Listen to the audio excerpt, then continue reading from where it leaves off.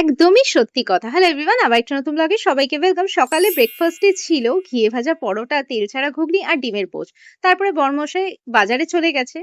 আর ওকে প্রায় সময় আমি বলি যে, "একটু ভিডিও করতে পারো না বাজার করার সময়?" তাই বলে আজকে কাতলা মাছ নিতে গিয়ে ভিডিও করবে, সেটা আনএক্সপেক্টেড ছিল। যাই হোক, ভিডিও তো করেছে। আর যে যার ধান্দায় থাকে। আমি যেই কাতলা মাছটা হাতে ধরিয়ে দিয়েছে, আমি দেখছি পেটির মাছটা কিরম কি সাইজের। তবে আজকে গাদার মাছটাই রান্না করব, নুন হলুদ তেল মাখিয়ে নিলাম। আর বাকিগুলো ফ্রিজে রেখে দিলাম।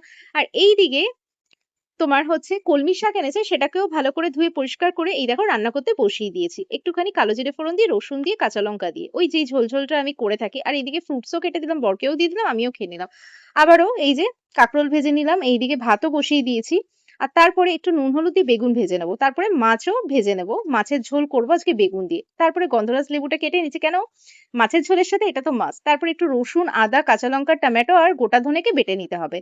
তারপরে কালো জিরে ফোড়ন দিয়ে একটু পেঁয়াজ, একটু ছোট সাইজের পেঁয়াজ আর আলুকে ভেজে নিতে হবে। তারপরে ওই বেটে রাখা মসলাটা দিয়ে পরিমাণ মতো নুন হলুদ দিয়ে ভালো করে কষিয়ে নিতে হবে। তারপরে পরিমাণ মতন জল দিয়ে ফুটে এলে মাছ আর বেগুনটাকে একে একে দিয়ে দিতে হবে।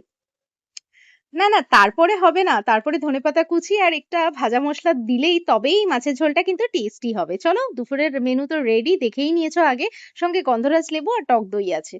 এরপরে বরমশাই দেখছি সন্ধ্যেবেলা উঠে নেই। কোথায় গেছে? এই যে এইগুলো আনতে গেছিল আমার জন্য। আর এইটার কথাই বলছি, একদমই সত্যি অ্যাটেন্ডেন্স মেন্টালি অ্যাবসেন্ট। না, ওয়াফেল খেলে তো মেন্টালি অ্যাবসেন্ট হতেই হবে। আর সঙ্গে কিন্তু এই যে ঘিয়ে ভাজা গজাও ছিল মিয়া আমরে। না, সেটা বড় ব্যাপার না। ওয়াফেল খেতে তো আমি ভালোবাসি। তবে সিনেমা দেখতেও কিন্তু আমি অ্যাবসেন্ট মাইন্ড হয়ে যাই। সো ভিডিওটা ভালো লাগলে কিন্তু অবশ্যই লাইক, শেয়ার, সাবস্ক্রাইব করে পাশে থেকো।